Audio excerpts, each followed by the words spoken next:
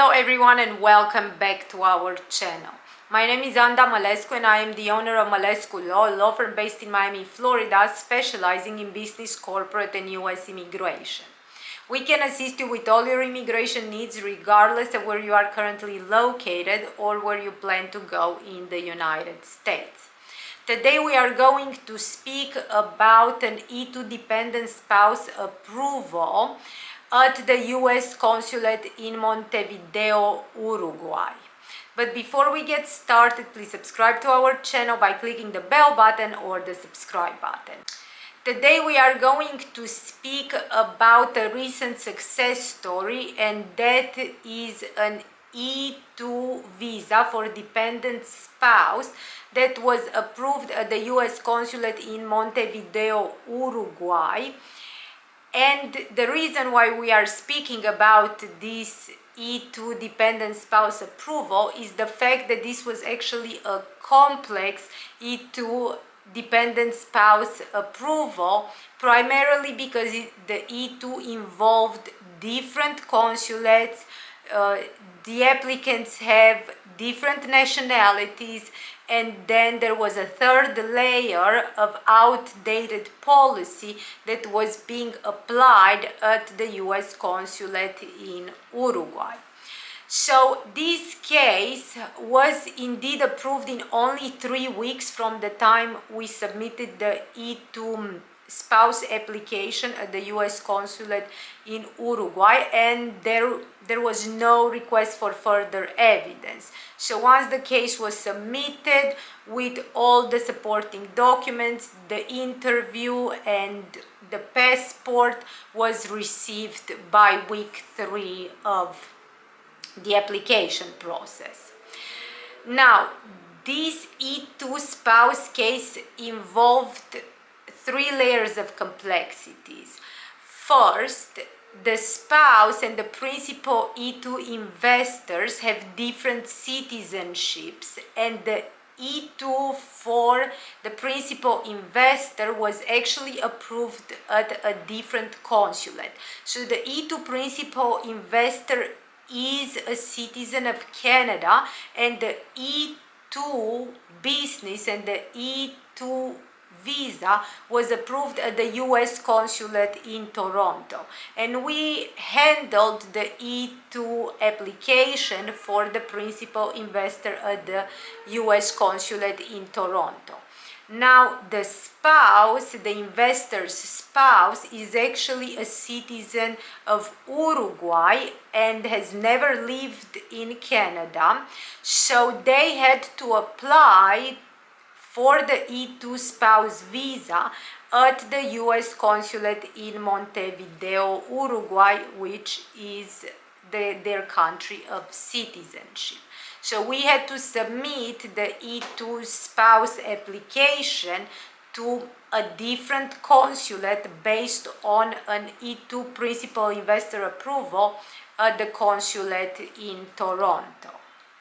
Now, the second layer of complexity in this case is the fact that the spouse was in the United States on an F1 STEM OPT, and during the prior year they have applied for an immigrant petition, specifically an EB2 national interest waiver, and that national interest waiver was actually denied within the last 6 months.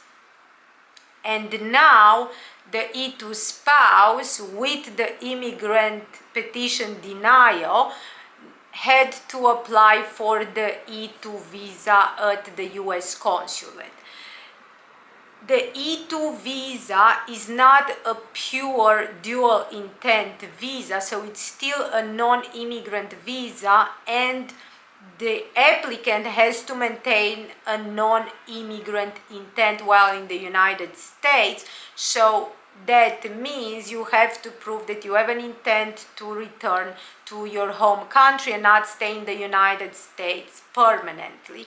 And we had to work together to prepare the spouse for the interview, given the fact that in the past year they have applied for an immigrant petition on Form I-140 under the EB2 national interest waiver category. And finally, the third layer of complexity was the fact that once we submitted the E-2 application for the spouse was instructed to mail her passport and all the documents, all the supporting documents to the US consulate in Montevideo by mail instead of electronically. We noticed this and we immediately intervened, realizing that this is an outdated policy. We immediately intervened and worked with the spouse to get in touch and worked with the consulate in Uruguay as well to make sure that they are applying the correct policy, and in fact the spouse was able to submit all their documents electronically and obtain an interview date. The E-2 spouse interview lasted only a couple of minutes, and these are the real questions that the E-2 spouse was asked at the interview. Is your husband currently in the United States? How long has he been in the United States for? Does he hold an E-2 visa? How, where, and when did you meet your husband? Is he a Canadian citizen? When did you get married? And are you planning to work in the United States on E-2S status? So these were the questions that the spouse was asked at the E-2 interview for their dependent visa at the US consulate in Uruguay.